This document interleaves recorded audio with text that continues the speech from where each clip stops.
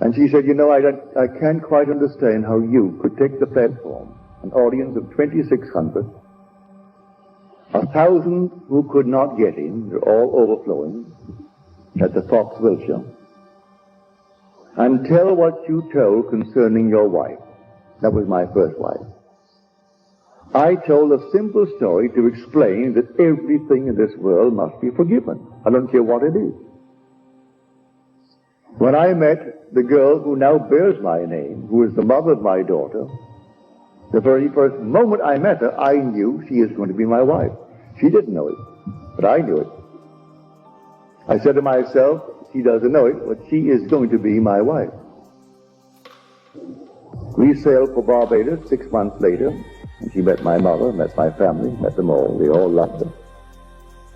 That was back in 1936. In New York City, because of some archaic law, it's now passed.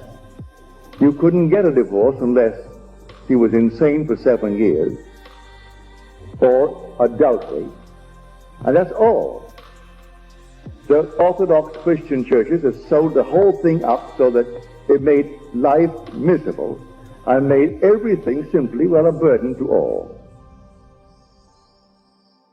When I met her, I had just such an entangled background.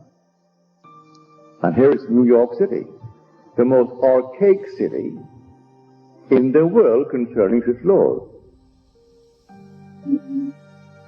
I went to bed and slept as though I were happily married to the girl who now bears my name.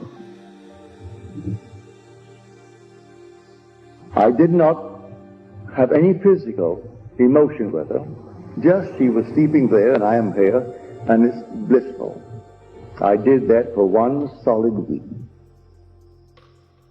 Then comes a telephone call from the court one morning, telling me that I must come down to the federal court on Tuesday morning.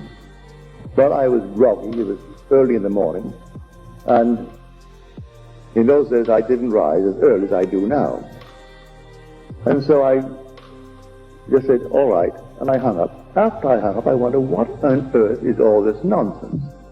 What have I done? I must be in court. I haven't received the summons. Not a thing. I must be in court. Well, on Tuesday morning that I'm supposed to be there, I made no effort to go there. And about 9:30, the phone rang. It's the court. And they say to me, you're supposed to be here in court this morning. We meet at 10. And I said, what on earth am I supposed to be in court for? They said, well, it happens that your wife is arrested. And we thought maybe you could throw some light on the reason for her arrest. That's why we're asking you to come down. Well, I wasn't shaved. I simply threw myself into the clothes, and off I went to a taxi down to the court. And I got there just as they were bringing her in. The man whispered into the 3 judges, 1 judge's ear, that I was in the audience.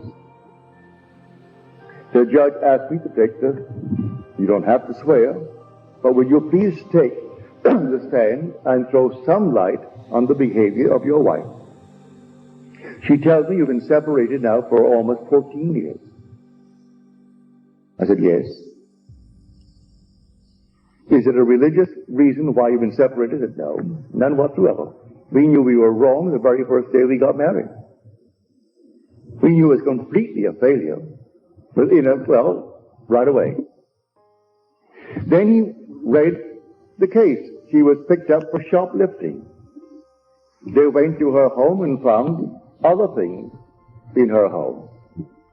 I said, what do you say for this? I said, as far as I'm concerned, I don't think that really she is a shoplifter. As far as I'm concerned, she just moved under compulsion, taking into consideration her age. She's 8 years my senior, and she's passing through a certain emotional state. And do be lenient. We have a son, and he lives with me. And I don't want anything to happen to his mother that would cast any shadow on his life. He is a wonderful boy. He is in my charge by law. He is in my home, lives with me, and I don't want anything to happen to her that in any way would reflect upon my son. The judge said, in all my years on the bench, I have heard no plea by one for another who has every reason in this world to get her committed, because that in any other state would be enough for what he wants, which is the divorce. And yet he pleads for. He sentenced her to 6 months. And then on my plea, he suspended it. She met me on the outside and said, Neville, that was a very decent thing to do. Give me my papers. She knew I was looking for them. And my dancing partner told her I was looking for to serve the papers and therefore to be scarce and move out of New York City. So she did. But she had to commit the act, and they had to call me and ask me to throw light upon that. How could I condemn her? Who was the actual cause of her shoplifting? I slept as though I were blissfully married to the girl who now bears my name. And I had to get the evidence. I had to get some reason to bring the action. And here my wife actually gave me the papers. I said, I don't have the papers with me. She said, I'm driving home to your place right now, and you can give me the papers. That's illegal, to serve your own papers. But she drove up to my hotel where I lived. I went to my room, came down to the lobby, and gave her the papers. Did my own serving. Now that is an illegal thing in this world. But then I got my divorce. In the city of New York, then I could marry the girl who now bears my name. Now when I told that, I told it only to tell people of that one word, the first word on the cross, Father, forgive them, for they know not what they do. They're all moving under compulsion. And the unseen causation is hidden from the world. They do not know who is treading in the winepress.